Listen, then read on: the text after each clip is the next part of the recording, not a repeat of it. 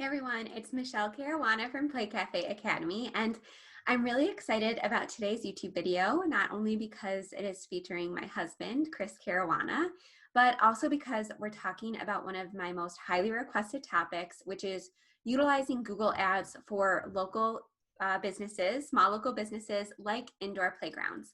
So there are so many misconceptions about Google Ads that they're too expensive or they're too complicated, or if people have used them in the past, they think that they won't work for them. So Chris is going to do a really great job today of really demystifying the whole Google Ads concept, help you decide if it's right for your business, and give you really actionable strategies and tips on how to make them work for you and make them be profitable inside your business. So I'm not going to make you wait any longer, but I will say that if you like this content, please subscribe to my channel. I put out a new video every single week. All right, let's get started with my interview with Chris Caruana.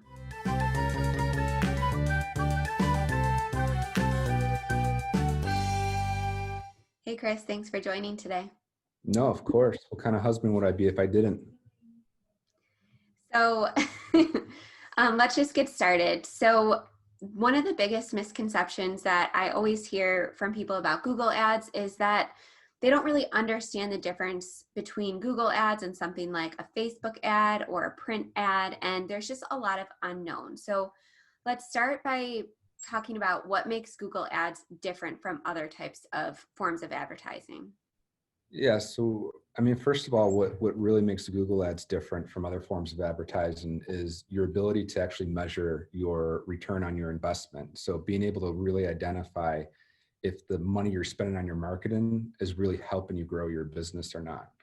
And what's nice about this, outside of understanding if your marketing dollars are really working for you or not, is that when you're utilizing Google Ads, you're already targeting a warm audience. So people that are already looking for the services and the products that you have to offer. So it's making a little bit easier for you to identify those people where Google's going to bring you the right type of leads. And then from there, it's your job to take them through the rest of that journey and show them why they should go with you over maybe some of the other competitors out there that are also using Google Ads.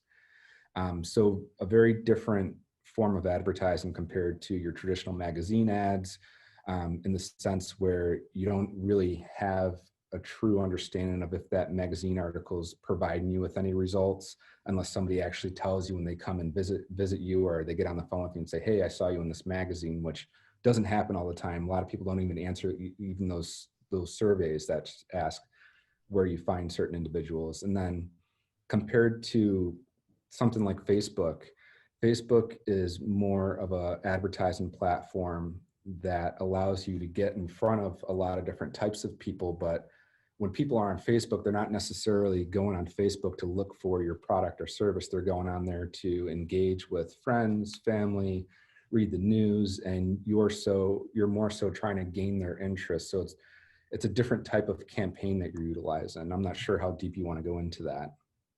Yeah, so just we can kind of end this kind of with an example. So, for example, let's say hypothetically we are an indoor playground because, we operated one for several years. So, let's say, I'm an indoor playground owner and I want to spread awareness about birthday parties. I want to book more birthday parties and I want to actually get people to go to my page and book. If I'm setting up a Facebook ad, yes, I can target parents of small children, and I can, add some interest-based targeting and geographic-based targeting and things like that. But again, to your point, we're kind of interrupting their Facebook or Instagram experience by inserting our product or service. They very well may be interested in what we have to offer, but like you said, they didn't go onto that app to purchase something. So it's a lot less likely that they're going to take a major action like booking a birthday party from that ad. So can you give me some examples about how that same type of objective might work in a Google ad? So, what kinds of things can people type in and pull up a Google ad? Yeah, so Google Ads will, if you're doing a search campaign, will primarily operate based off keywords that pertain to a particular service or product people are looking for. So as you mentioned with Facebook, where you can do those different interests and really zero in on the type of people you want to get in front of, you can actually do that on Google as well, where you can determine certain interests of people that you want to get in front of. But on top of that, it's almost like a Facebook campaign on steroids where you can incorporate keywords. Because when people go to Google, and if they're looking for indoor playgrounds or looking to host their next birthday party, they're going to search terms like indoor playgrounds near me, or best birthday party venues for 3-year-olds, 5-year-olds, and those are what we call long tail keywords. And those words that make up those long tail keywords are just keywords like indoor playground or 5-year-old play area. People are searching for those terms, and when you run a Google ad, in addition to identifying people that might be interested in what you have to offer, you can identify those keywords so that anytime some form of those words pop up in a Google search, Google will know to present your ad to that individual based off the proximity of them to your business if you're a brick and mortar business, or based off their interest if you're, say, an online business offering services. Right. So I think, what you're trying to say, the key takeaway from this is that when people are searching into a Google search bar, that's a hot lead. They want to find, let's say, a birthday party venue. They are much more likely to take an action from that ad than they would be on a Facebook ad. Now, that's not to say Facebook and Instagram ads can't work, but for a lot of different types of businesses, which we'll get into next, they can actually increase conversion. So just quick, another huge misconception that I'm sure both of us hear all the time is that Google ads are so expensive. And a lot of that comes down to people analyzing only the cost per click. So let's say they're running a Facebook ad campaign and a Google campaign at the same time, but the Google ad campaign is running at $2 a click. So you're essentially paying $2 to have someone click over to your offer page, whereas the Facebook ad could be 10 cents a click. And a lot of people interpret that as meaning the Google ad is less successful, but they could actually be getting a lower cost per conversion, meaning the Google ad is more successful, right? Right. Yeah, it's a very poor way of looking at it from that perspective, because yes, on the surface, you're right. Google ads and the clicks that you get and the leads you get will by default cost a lot more than like your Facebook or Instagram ad. But that's also because you're getting a better quality lead. So right. You may be getting 100 leads for the same amount on Facebook and maybe only get 10 or 12 leads from Google. But guess what? Those Google leads are going to convert better because those people have a higher intent of purchasing from you. Right, because we already know they're interested rather than kind of guessing based on demographics on like a Facebook or Instagram. You got it. So we already talked about the kind of service-based local businesses and we gave an example, but generally what type of businesses do Google ads work well for? Is it just local service-based businesses or? No, so I mean, Google ads can work for any business, and really it can be a service-based online, it can be local. Really what it comes down to is being able to identify what your audience is interested in and identifying the types of keywords and putting together some very short copy to grab their interest and take them to that next stage, which is your landing page or a certain area of your website or some sort of offer. So, I've seen doctors be successful. I've seen brick and mortar retail businesses be successful. I've seen party venues be successful, in addition to all the online businesses that utilize those services. And it doesn't matter if it's business to business or business to consumer. Google ads will work for anybody. It's just a matter of operating it correctly, like setting up that structure properly. Right. And we'll get more in depth in that question in a minute when we talk about some of the mistakes that people made when they're launching Google campaigns, which we kind of talked about before. But how can people get started? Because a lot of people listening to this episode are probably just so intimidated by Google ads just because, with a Facebook ad, you can just kind of hit boost post, which I don't typically recommend, but they generally set the bar a lot lower for Facebook ads. They make it a lot simpler to kind of push buttons and get an ad out there. But when it comes to the Google platform, it seems a lot more intimidating. And a lot of people are probably wondering where they can even get started to even learn how to create a Google ad. So what would be your recommendation there before we get more into the details? Yeah, so there's a few different areas, and Google ads are not that intense. I promise you. Even Google makes it easy for you to set up a Google ad because they want you to use their ad platform, just like Facebook wants you to use their ad platform. So even if you go to ads.google.com, you hit the button start, and they literally will walk you through what you can expect, what kind of budgets you have. They'll walk you through step by step. They call it like a Google Ad Express account, which we can talk about another time. But they'll give you step-by-step instructions and even make suggestions on what keywords you should be using, what your copy should look like. So they'll take you through that journey. And then of course you can get more granular later on. And that's just from Google, and it's free. There's also sites, very low cost sites like Udemy. Even if you just go to YouTube, you can search, how do I set up a basic Google ad, and easily find that information. Awesome. Yeah, I love YouTube for, the getting started type of information for sure. So now let's get into it a little bit, because I know you run Google Ads for your own business and also for clients. So, and a lot of times people will come to you kind of having run Google Ads, and maybe they're a little disillusioned. Maybe they don't understand why their ads haven't worked in the past. So can you talk a little bit about some of the big mistakes that you see people make when they set up and launch Google Ads, or really any ads? Yeah, there's a few. So one of the mistakes is not utilizing Google Ad to warm up your audience first, or using some other campaign to tie into Google Ads to warm up your audience, and just taking them straight to what your offer is.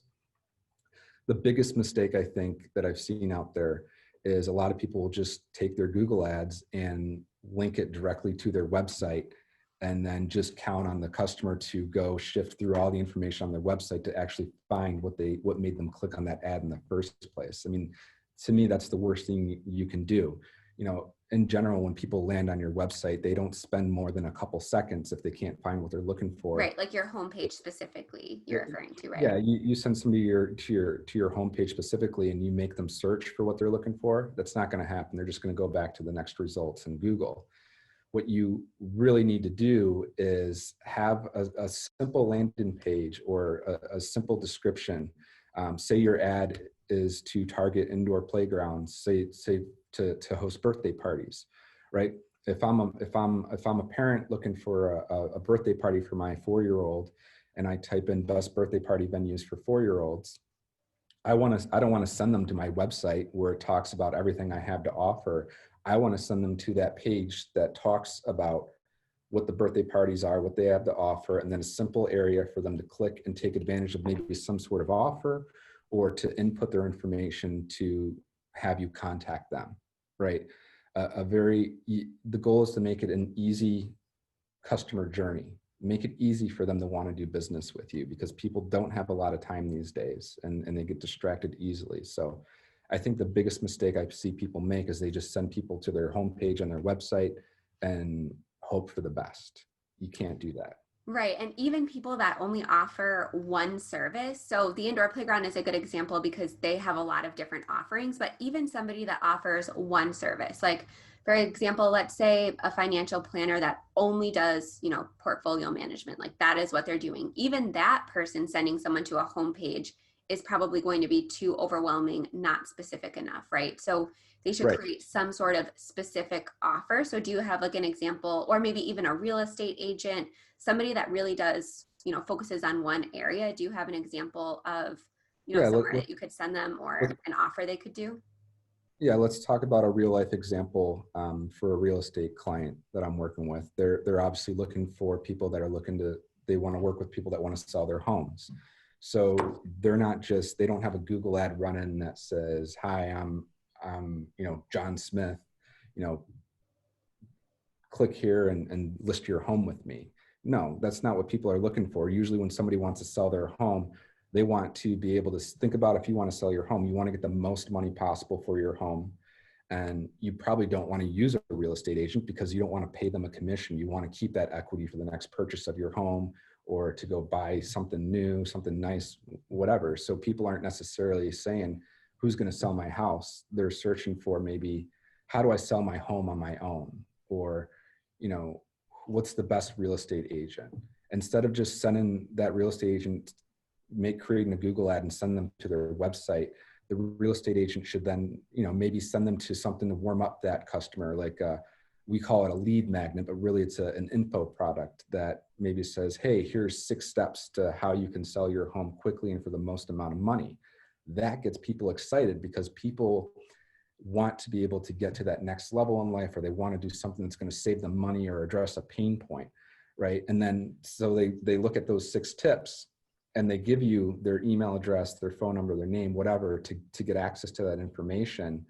And now that real estate agent can then reach out to that individual and, you know, follow up with them like, hey, what did you think of my 6 steps to selling your home on your own? Was it helpful for you? And then start asking them questions. And that's really where quality leads come from people taking action. And now you have information to continue to market to that person forever, even on other products that they're offering or services. Yeah, that's a great example. And you've done like home value calculators and, you know, first time buyers guides, things like that. I've seen you do a lot of different lead magnet options for that type of client. But even for, you know, online course creators, a lot of times, you know, people will send their leads again right to their course sales page, and it could be $500 to $1,500. And maybe somebody, even though they're interested in that topic, again, they might not be ready to make the decision then and there. So we've promoted using Google Ads, you know, free business plan checklist. We've done all sorts of things like that people are searching for. So really this lead magnet strategy, as opposed to sending people directly to like a homepage or to a high ticket offer, we've seen it used across, you know, all different industries, right? That's right. Yeah. It doesn't matter what industry. It matters how you have your ads structured and what your follow-up looks like. You know, what's Yes. beyond the ad. Yes. And just to clarify, I know real estate agents and maybe financial advisors, they might want to follow up with their clients directly, but for, you know, online course creators, people like that, or, you know, even indoor playground owners, a lot of this can be automated, right? So some Absolutely. people might, you know, hear, oh my gosh, I have to follow up multiple times with every single person that clicks through to my ad. You know, no, that's not always the case. You can always, you know, feel free to take over whenever you'd like. But, you know, we have tons of automated sequences set up that, you know, maybe don't feel automated. Like some of mine, I do ask questions and I do encourage them to actually reply, in which case I'll, you know, continue on the conversation. But a lot of this can be automated. It doesn't have to be super time consuming. This marketing strategy should really be working behind the scenes in your business so that by the time you get to the lead and, you know, you or your sales team gets to actually converse with them, they're already warmed up. They already know who you are. They already, you know, like, and trust you. Yeah, no, and that's a good point. I mean, don't look at Google Ads as, or any marketing platform as this is going to save my business. This is going to give me my leads. Like, let me turn on my Google ad and I'm going to get all the business in the world. That's not how it works. It's Google Ads, Facebook ads, any of those platforms are your front end, and their responsibility is to capture that initial lead, capture the information for you. And it's up to the rest of your marketing tools to help follow up and actually close the deal. So as you were mentioning, you know, you can automate and tie in email campaigns, text messaging campaigns, and put all that on autopilot to nurture your leads until they're ready to make that next move. Yes, it's okay. You can say sales funnel. It's a sales funnel essentially, and it's probably something that we can save for another call and actually show you what a full-blown sales funnel looks like with Google Ads on the front end. Yes, but the big takeaway that, you know, I think both of us, we talked a lot about this before the call, but I think the big takeaway here is that it matters not only how you structure the ad, but where you send these clicks to. Because so many times when people come to us, they're saying, you know, Google Ads didn't work for me. And we say, well, where did you send them? And like Chris said, oh, I sent them to my homepage, or I sent them to this, you know, very generic thing, and they expected, you know, to get results. And that's one of the biggest mistakes we see customers make. And also, like Chris said, there was no follow-up. There was no automated strategy. They just, you know, expected the Google Ads to kind of do all the work, and they didn't have the strategy or the systems in place to, I think, what language did you use in the beginning? Kind of keep them along that customer journey. Yeah, So they it's were all lacking that whole picture strategy, and they kind of used Google Ads as a Band-Aid, which unfortunately turns a lot of people off to Google Ads and gives them that misconception that they're expensive. So that's the big takeaway that I want people to take. It matters not only how you structure the ad, but where you send them to and your follow-up process. So what are some mistakes that people make when it comes to tracking their Google Ads results? some mistakes they make is not tracking at all, just throwing it on and hoping for the best. And it's very painful when I see that, because Google makes it very easy to track your results and understand, where your money's going and what kind of return you're getting on your money. ROI, I call it, return on your investment. They have the ability for you to track how many people visit the landing page you're sending them to, how many times they click on certain buttons. You even have the ability to understand how long they spend reviewing your offer. And that's all done through tools like Google Tracking Tags, Google Analytics, even as simple as utilizing Google Voice, which is free. You can have a Google Voice phone number in your Google ad, and you'll know when people click to call you on that number. Google can track that, so you know where your calls are even coming from with Google Ads. So that's the biggest mistake I see when it comes to analyzing and tracking results, right? I mean, it's like dating. You wouldn't ask somebody to marry you without dating them, right? So why would you immediately send somebody to your expecting to buy from you without giving them some sort of value first, right? Give them little pieces of value, track those results, and then hit them with your big offer, right? Right. Or even like we've seen retail customers do Google ads and give like a one-time discount for first-time buyers or something, Yeah. something that they have to take advantage of then and there. So even if you don't have a super high price product, like, a house to sell or a course to buy or a birthday party to book, because those are all, $100, $1,000 offers.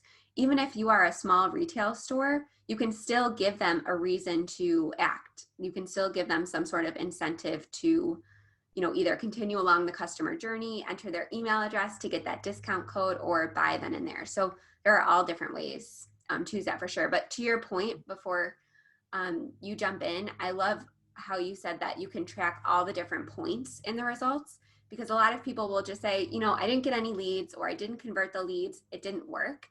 But they could actually figure out what kind of made them fall off, at which point of the ad did the fall off happen, did the disconnect happen, because you could be getting a great cost per click, but then once they get to the landing page, they're not converting. So that's not the ad's fault. That might be something with either your messaging, maybe you were, promising something that your page wasn't delivering on, or maybe the landing page is wrong.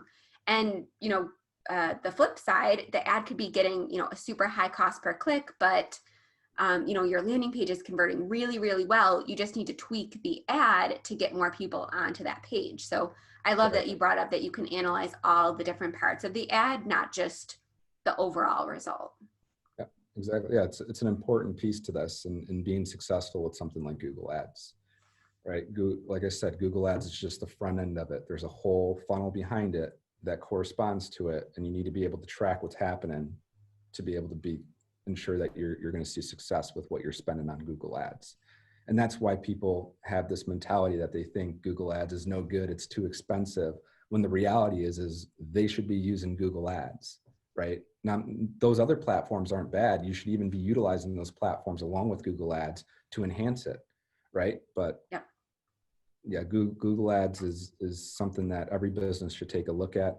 I don't work for Google. I'm not promoting them. I'm just telling you from our own success. Yeah, absolutely. And something that we've done for all of our businesses and a lot of our clients is we'll start with Google Ads as kind of like a top of funnel situation. So we'll get people onto the landing page, and then we can use, because we have our Facebook pixel installed, we can actually retarget people with different types of ads on Facebook, on Instagram, to kind of bring them back to that offer page. So I love that you brought up using them in conjunction with the other ads. A lot of people might think, that it's just, slicing out a part of your budget for each, but you could actually use them literally together. So again, somebody types into the search bar, best kids' birthday venues for 3-year-olds. They go to your landing page, they say, not today, but now, because they visited that specific page from that specific Google search, that they typed in, whatever keywords you were searching for.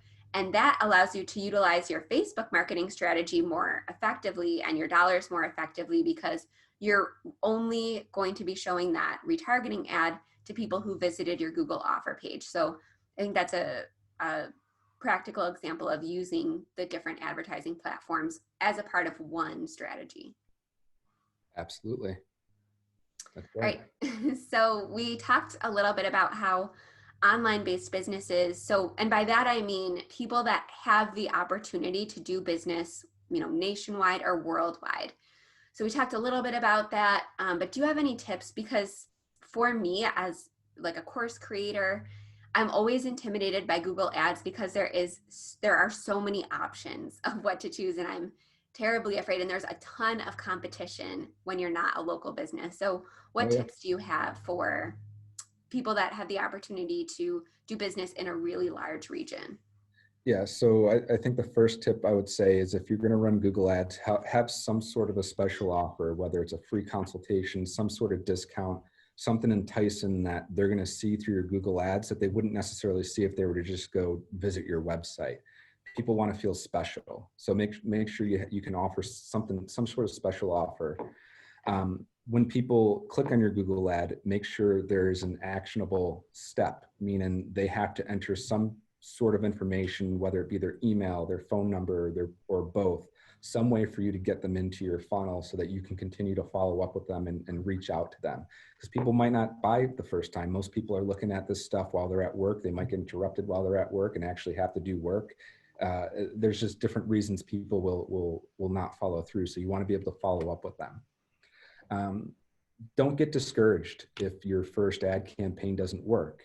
As you said, Michelle, it could be any number of things. It can be your copywriting. It can be the landing page not loading properly. It can be something as silly as having the wrong image that doesn't necessarily speak to your customer the right way based on what they're looking for. And if you don't have the time to do it properly, at the very least, spend a little bit of money to hire somebody to actually set it up initially for you and walk you through how it works. And so at least you can see somebody else do it. Some people might even record it for you so that you have it to keep on hand for when you want to run future ads. So I would even go as far as saying, make that initial investment to let somebody set it up initially for you so that it's being set up right and you're not wasting your money. Because you're a business owner, you're focused on your business, you do what you do best. You might not be very good at certain things such as marketing or specific things like Facebook ad, Google ads. So don't spend and waste time on trying to do this on your own if you can't. That's even worse than wasting money. You don't get time back. You can always make more money later on. Yeah, that's a great point, especially with Google Ads, and especially if you serve a really large market, Yeah. because there is a bigger opportunity to kind of get it wrong. With local businesses, it's a little bit easier. So let's talk about local businesses. What Sure. tips do you have for people that serve a smaller audience that maybe have a little bit less competition? Yeah, so people that serve a smaller audience, I would do extensive keyword research for your area. Very easy to do. There's different plugins that you can use and apps and even Google, when you go to set up your ad campaign, they'll ask you for your link that you're sending people to, and they'll suggest keywords that are working locally for your area. You can geofence with Google and get a specific radius so that you're only reaching people within a certain range or certain miles from your local business. So you're not wasting your marketing spend that way. So I would really focus on, what people are looking for, what they're searching for. Do Google searches on your own. Search for your own business. See what pops up from your competitors locally, and see what their ads are pulling, what terms their ads are pulling up for, and then use those same terms for your business, right? Yeah, the research is huge, and that is something that we really had to look at, especially like when we owned our indoor playground. We noticed that there was a ton of competition for things like 5, 6, 7, and 8-year-old birthday parties. Yeah. There were so many options, and a lot of people in that kind of age range were utilizing Google Ads. But we noticed that people who had, babies and toddlers, there was not as much competition. So we really honed in on those keywords where we knew that we could rank like number 1, number 2, as Yeah, opposed to like 7 or 8. that's a great point, and that can be a whole nother call too. But you're right, certain keywords are more expensive than others as far as getting clicks. And those more expensive keywords already have a ton of people going to these different ads. If you want to start with like the middle tier keywords or even the lower tier keywords that people aren't really utilizing, Almost like low hanging fruit. yeah, grab that low hanging fruit, make some money, and then start going after those higher end keywords. Yeah, that's what we did. And it ended up working really well, especially because it aligned with our business, right? So we already knew that we were focusing on baby and toddler birthday parties. We just happened to find that. I mean, if, we're not saying to bid on, inexpensive keywords just, because make sure that they're also aligned with what your business does. But that ended up being a great opportunity for us. And to the point that you had before, our business had a bunch of different areas, right? So we didn't just set up, one Google ad and expect it to work for all areas of our business. We had a birthday party specific ad. We had a summer camp specific ad. We had a classes ad. We had a memberships ad. So we took kind of every facet of our business, did its own keyword research, and, we had to be very specific, and we had a follow-up strategy for each. So even if you are, a lawn care or a landscaping company, you still might need to create multiple ads targeting different keywords, going to different offers. And it seems complicated. I know when you first told me all of the stuff that you were doing behind the scenes, I was like, that can't be worth it. But the great thing about Google Ads is you kind of set it up and then it can run in the background of your business after that initial setup, right? Yeah, absolutely. And if you get it set up correctly, very, very little maintenance is required. You just want to make sure you're constantly researching keywords so you have the most updated keywords that are ranking for your ads. But it's not rocket science. It's time consuming. You got to be able to research. You got to be able to understand your audience. But as far as setting up your campaign with Google Ads, it's very simple. They walk you right through it. Right. You're probably going to spend more time setting up your follow-up strategy and making sure that's all in place. But the biggest thing here is, with Facebook ads and Instagram ads, I'm in there like almost every day, especially when we have bigger budget ads, like tweaking and making sure that, they require a lot more maintenance, where we've typically found that Google ads, once you set it up, there's, like Chris said, very little maintenance involved. So I hope that's encouraging to people that are used to doing like a Facebook or an Instagram ad. Yeah. And I can relate to all of you that think that it's very overwhelming to set up a Google ad campaign, because I felt the same way about Facebook Business Manager. And then Michelle walked me through it. It took me a little bit longer probably than most, but now I see that, the actual mechanics of it is very simple, but, it's all about the research and the follow-up behind it. Yes, absolutely. And we did a sales funnel episode, I think it was episode 2, but I'll have to put the correct episode in the show notes, where we talked about, taking customers on a journey, offering them, a bundle offer. We have a bunch of previous episodes that can speak to that customer journey. So if you're listening to this episode and you're ready, or if you're watching it on YouTube, I'll put the podcast links in the description of the video. But if you are, leaving this episode or video really excited to try Google Ads, but you're kind of like, okay, I get that I need to send them through a sales funnel, through a customer journey, but you're kind of stuck, I will link to some recommendations of previous episodes and videos that we've done to kind of get you on that next step and set you up for success in your ads. All right, so now kind of the boring part, but this is the most important part, but how can people measure results? I know we talked a little bit about this before, but how can people know if they're working or not working, and what are some of the different tools?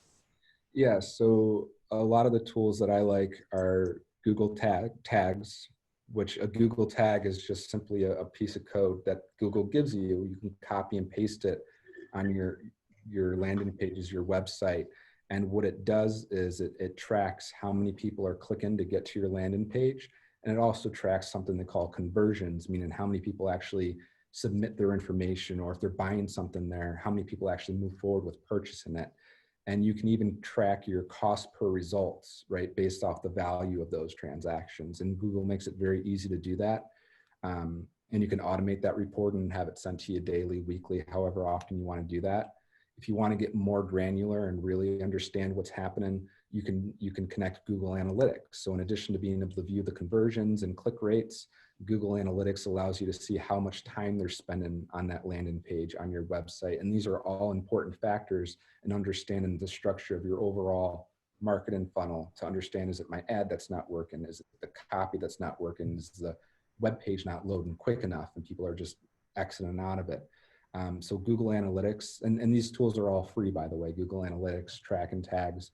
And then I think the coolest thing is Google Voice, being able to have a Google Voice phone number for people to click, just specifically for your ad, for people to click and call you from, and be able to track how many calls are coming in to your business specifically from that Google ad. A magazine article doesn't do that for you. A radio ad doesn't do that for you. So you're actually able to track your marketing spend and then reallocate your marketing budget to what's working instead of just throwing it at everything and hoping for the best. So from a Google standpoint, those are some of the Google tools that you can use to track. And then of course, there's other analytic tools that you can use in conjunction from some of the other marketing platforms you might be utilizing along with your Google ads. Right. And you brought up a really good point about knowing exactly how you're spending your marketing dollars and what the results were, because something that you brought up before is, spending a little bit of money on somebody who does this all the time, who knows exactly how to set up a Google campaign. It might be worth it, because the number one complaint that we typically hear, especially from local business owners or smaller business owners, is that they hired someone, they don't know if it worked or not, didn't feel like it worked, but they weren't really sure. This is a great way for those experts or for those people hired to set up the ads to actually prove their worth. So before you hire somebody, make sure you know how to analyze those results, because you can easily either justify it to yourself to keep working with a professional, or if it doesn't make sense and the numbers say, you know what, based on all of these conversions, something needs to change, and maybe it's not what that expert is doing, maybe it's something on your website. It'll help you, again, justify whether or not this should be something done in-house, something done by an expert, or, should the money go elsewhere.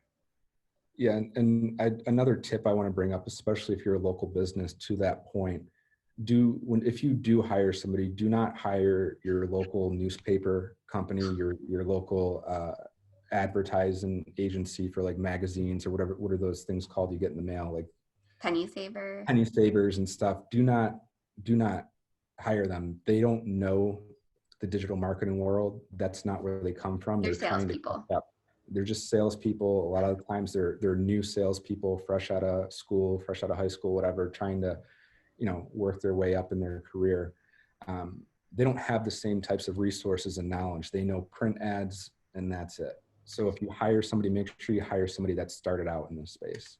Yeah, and a lot of times when somebody goes to hire those big marketing firms that are like these media agencies that, like you said, do print and radio, Yeah. they don't get nearly as much personal attention as you would from hiring an individual or a smaller marketing agency that really focuses on online digital marketing. A lot of times it's just, a set it and forget it, and they're just clicking some buttons just to get the sale, and they need to meet a quota.